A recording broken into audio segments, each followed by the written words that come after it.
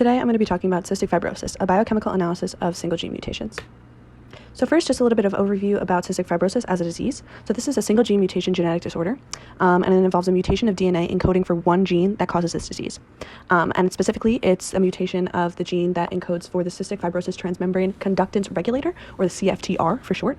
This is a transmembrane protein that acts as a chloride channel and also a channel for water to move in and out of the cell. The mutation for this protein causes dehydration of secretions. For example, one of the main systems of CF is thick mucus in the lungs, making it very hard to breathe.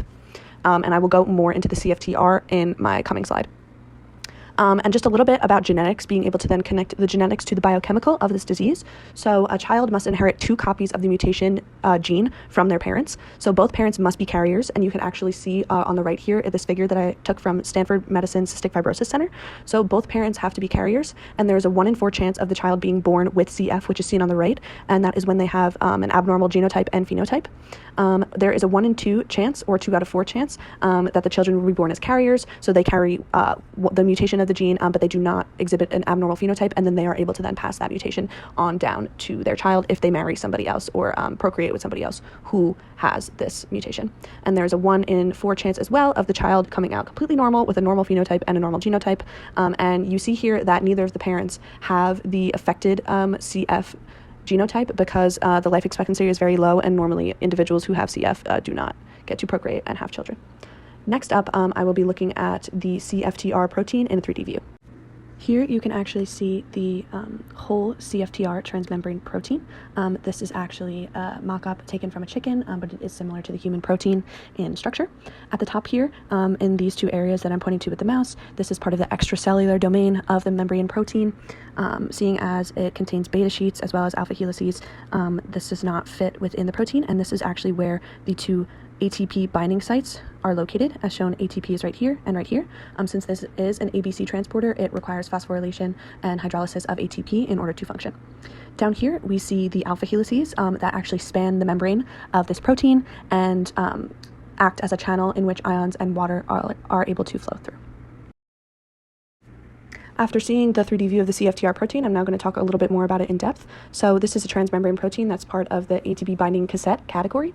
This couples ATP hydrolysis at the nucleotide binding domains, which we saw in the 3D view with the 2 ATP molecules bound to the top there. And this couples ATP hydrolysis with movement of ions and water against the grain of their concentration because it needs energy for those molecules to be able to move into and out of the cell. The most common mutation seen in the CFTR protein in CF is impaired folding. So this is when the quaternary structure of the protein is disrupted, causing CF because the function of the protein is then disrupted. And when the function is disrupted, this means that ion and water gradients are not maintained in the cell, and mucins, which are proteins that account for the viscoelastic properties of mucus, are altered.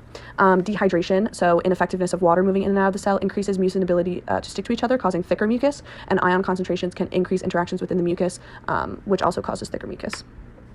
So just a little bit more into single gene mutations and looking at DNA replication. So single gene mutations are caused by errors in DNA replication, and specifically CF is caused by a deletion. So this is when 1 or more of the bases of the original sequence are skipped during DNA replication. This often results in a frame shift. As we know, after replication, then we have transcription into an RNA molecule, and then after transcription, we have translation, where RNA is encoded to the protein, and these are read in codons made up of 3 bases. And if there's 1 base missing, then the whole frame shift of the entire molecule is off, and that can result in an entirely different protein that is mutated. DNA polymerase works to prevent base pairing errors. We can see this with induced fit in DNA polymerase 3, where the polymerase actually closes around to prevent base pairing errors. Other polymerases can be recruited to help with errors, like translation polymerases are often recruited to create a draft sequence of replicated DNA, and the sequence can be further fixed in recombination.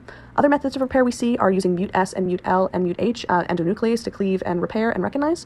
I list the 5 methods of repair here as well, and just a general overview is when the endonuclease cuts the phosphodiester bonds of the backbone, DNA polymerase 1 is then able to come in and synthesize the new strand, and DNA ligase rejoins the backbone and the molecule.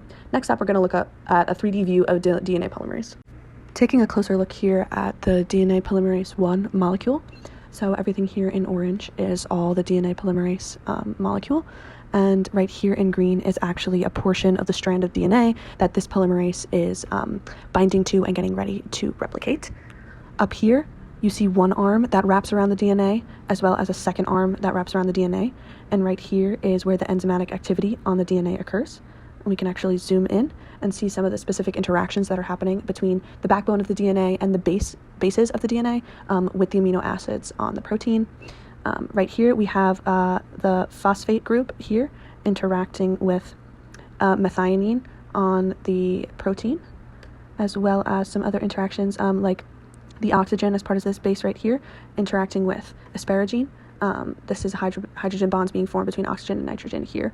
That's why asparagine is a great amino acid to interact with these bases. And if we zoom out again, we can see also at the bottom right here, which is important for the context that we are talking about, we exhibit some exonuclease activity as part of the DNA polymerase as well.